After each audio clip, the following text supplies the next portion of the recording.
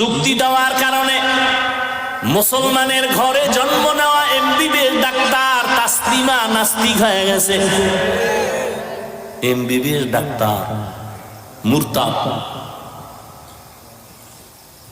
পৃথিবীর নিকৃষ্ট মুরতাদ।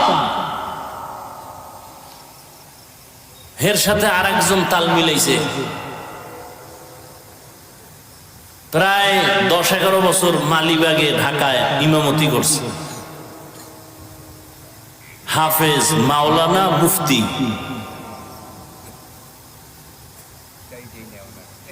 মুফতি হাফেজ মাওলানা। এখন সে নাস্তিক, তাসলিমার সাথে সম্পর্ক করে এখন ইন্ডিয়া আছে।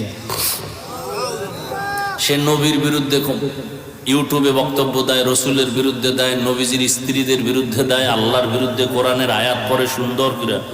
10 বছর মালিবাগ ইমামতি করছে।